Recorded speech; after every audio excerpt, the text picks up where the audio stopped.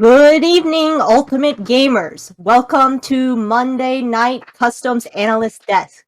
I am Haley, and I'm joined today by obsessive cat lover Cash Fernol. Cash, over to you. Hey, thank you, Haley.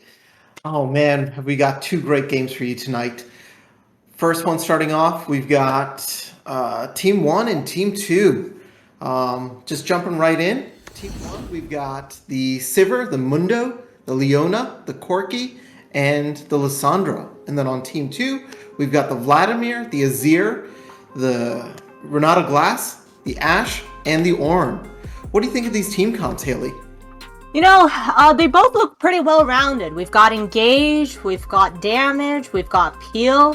The game plan, I think, for the Sivir team here is pretty straightforward. It looks like they really want to go in. They really want a team fight.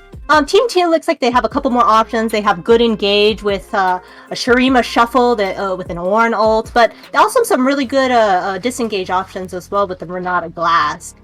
I think that looking at Team 1, they might actually have a little bit of the poke advantage, which is something to consider with the Corki and the Sivir, and less so with the Ashe if the Ashe decides to go more of poke Ashe.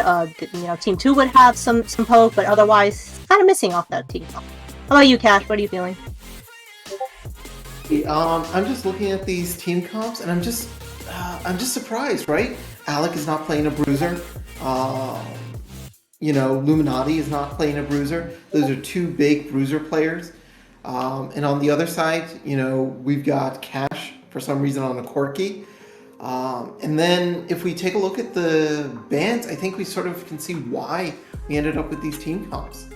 So starting off in the top, we can see that they banned Blitzcrank, Yone, and GP to start off. It looks like they're trying to prevent any sort of shenanigans from Maddie from pulling out that Yone in the gangplank, but I'm not sure what they were thinking about that Blitzcrank ban.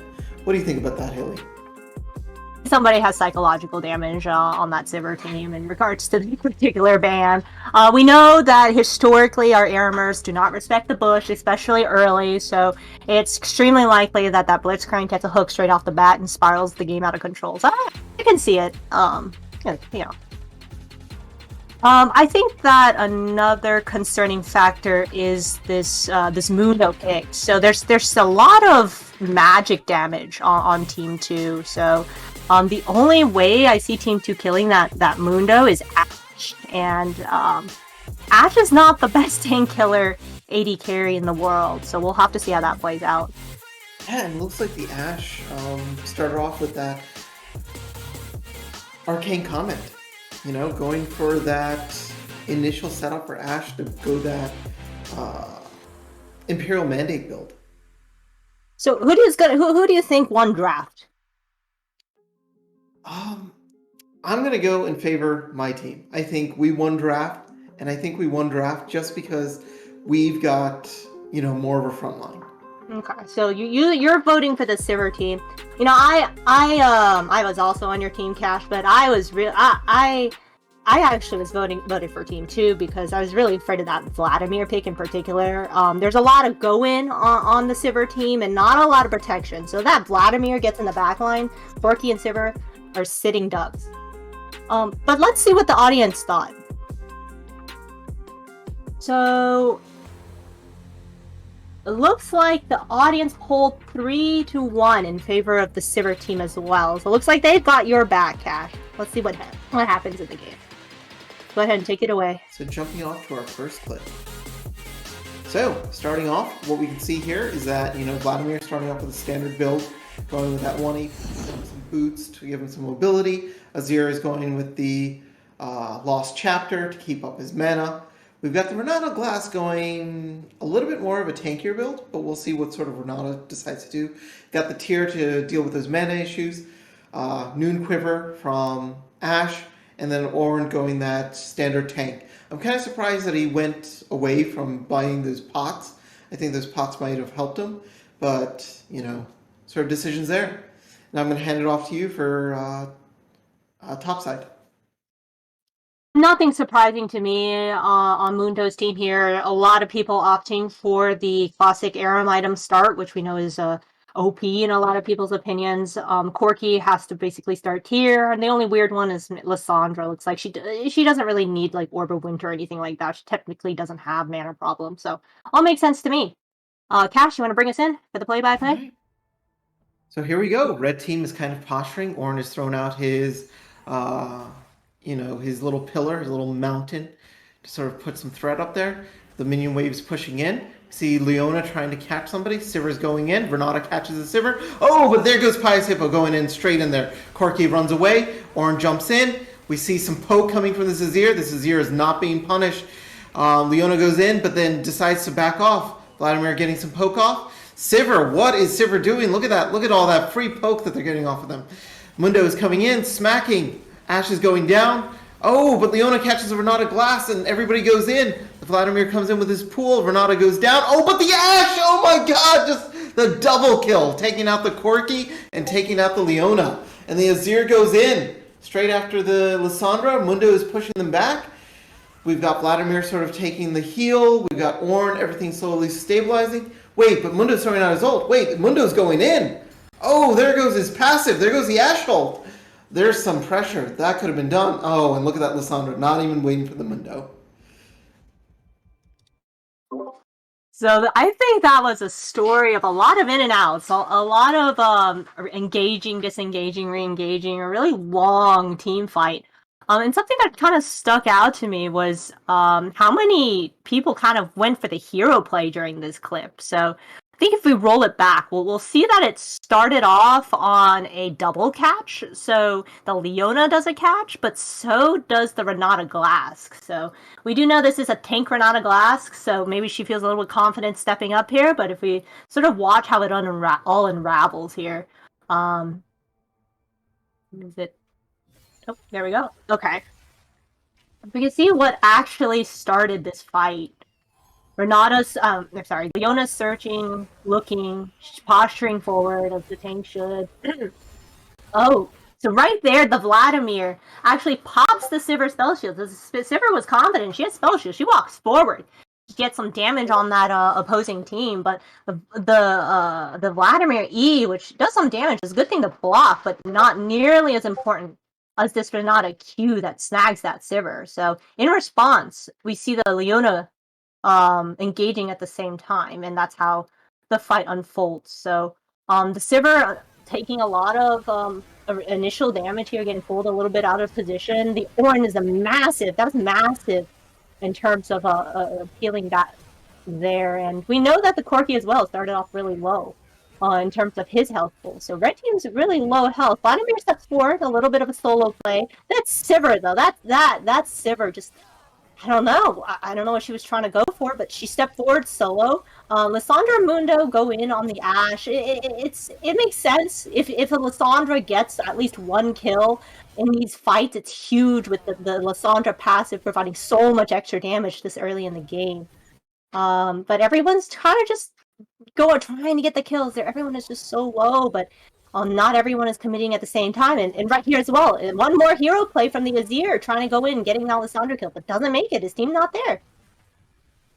And then finally, I think it ends up with two more solo plays, right? One from the Mundo, who gets in there, and Lissandra can help. She's at 10 HP. And then finally, the solo Lissandra play, who takes the relic on her own. So, that's kind of what I saw. Anything else from you, Cash, in terms of things that went right, things that went wrong? Yeah, I've never seen anything this awkward since like a middle school dance. It's filled with so much anxiety and so much overconfidence. It's just the fluctuation. It's right there. So probably just teams not calling out their thoughts, right? Like screaming, "Hey, I want to do this. Come help back me up."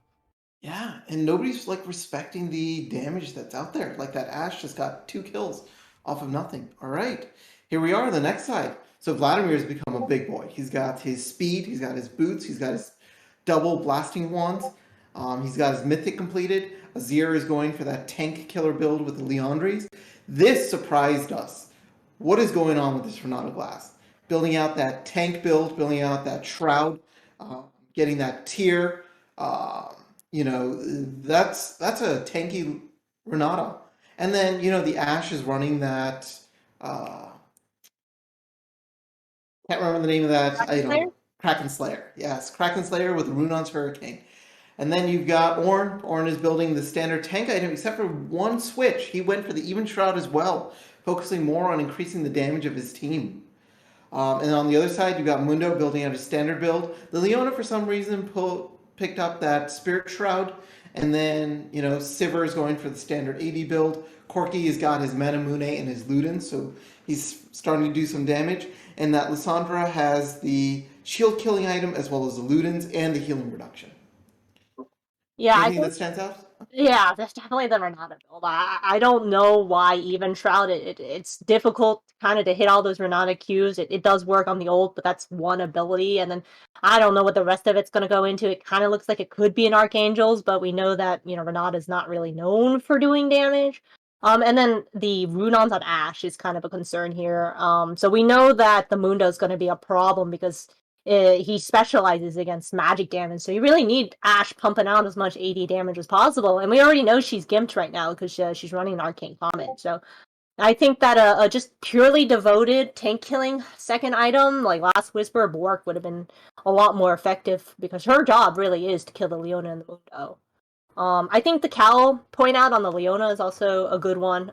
It basically only built into Spirit Visage, which is good considering how much magic damage is on the opposing team, but Leona doesn't benefit from that healing and shielding buff at all, so she probably wants the Fawn instead.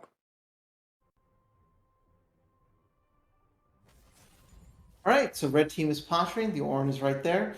He's moving forward. Oh, the Ornn gets the snowball? Oh my god, he goes in! And the Renata throws out her ult, but what is with this Corki getting caught? Now we see damage happening everywhere. The Lissandra goes in. Ooh, she is annihilated. Sivir gets to clean up. Mundo is chasing down that Ashe. Ooh, that Ashe is dead. Vladimir is making some plays. He kills the Sivir, and now the Corki. Oh, just one Q, one empowered Q, and the Corki is dead. Leona comes back and cleans them all up.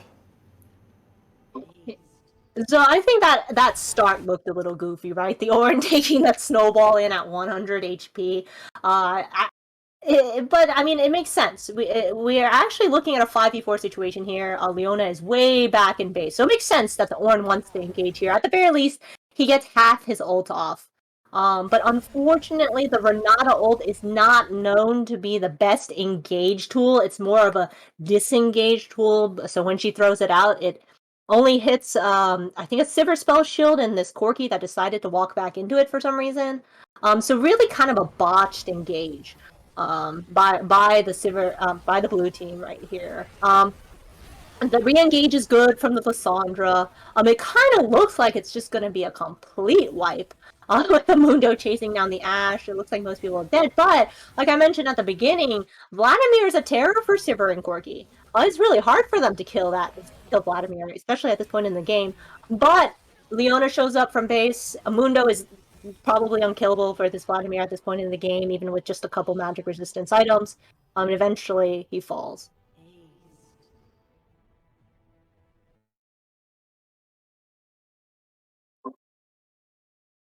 Alright, so jumping over to the next one. So let's take a look at this fight. Let me just...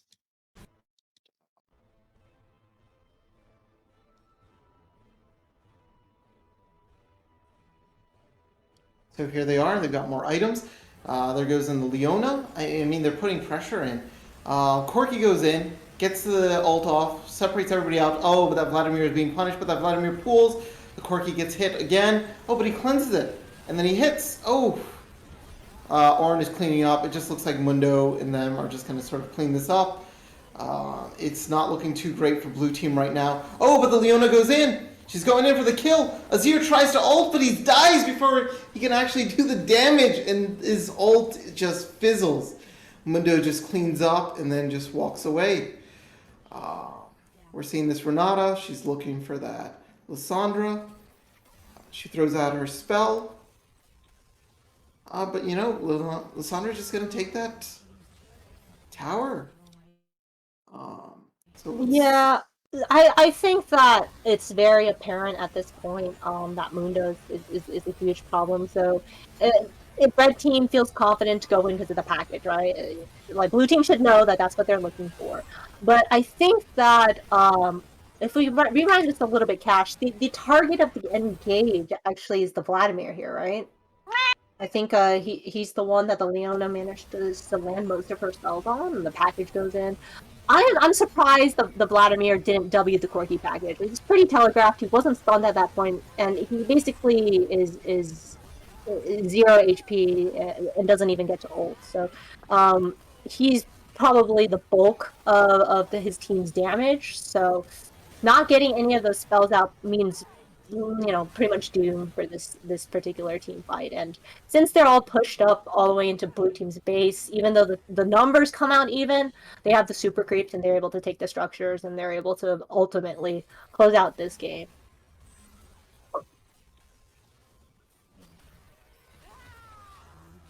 So Cash, what do you think were the overall learnings? What did we see here? What was good? What was bad? So one thing, I just feel like if some points that we had, like there wasn't enough, like this engage stuff, and then you've got poke comp on the right side, right? They've got these quirky missiles, they've got the Sivir to throw out her Q, sort of hits, they didn't take advantage of that. Instead, what ended up happening was they just sort of waited and kind of danced around it. And as soon as like one team kind of like went in, nobody else was like there for that engage. Like you saw the Ornn go in, and his team didn't follow up. You saw the Sivir get caught, and there wasn't really much of a punish there because Leona was able to just sort of walk in because Ornn was further behind. I think just general theme of it is sort of create your scrimmage lines. Figure out like how far the enemy team can sort of hit, and then create your own scrimmage line to sort of control the flow of the game. Don't be afraid to move back, but move back and forth as a group. Don't just sort of like play this solo.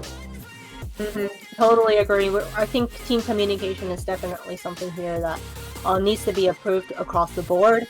I think I want to talk about itemization and rune choices. I think that fundamentally you have to identify what your role is going to be. If we actually, can we get to the items on the last clip that we had there? See what people ended up with in our last team fight. So essentially, like I was calling out, I think Ash should have identified that her role in this game was to kill the tanks and itemized more towards tank killing. Like the Renata Glass building Fimbulwinter on a champion who really can't use its passive very much, nor is her role really to be a tank.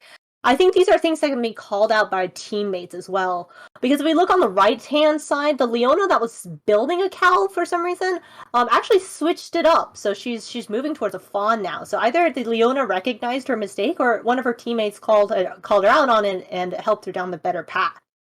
So I think that just watching out for each other, talking about it beforehand, identifying, okay, your job is to kill the tank, build the tank killing items. Your job is to kill the squishies. Don't build the anchors, build burst.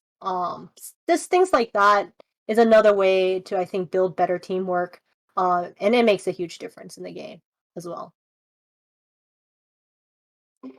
So I think that's all we have time for today. I think these were some wonderful clips showing the growth of everyone playing in these competitive ARAMs.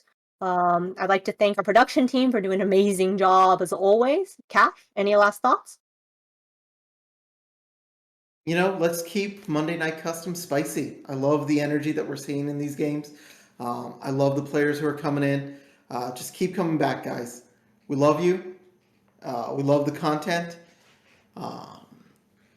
That's all I have to say.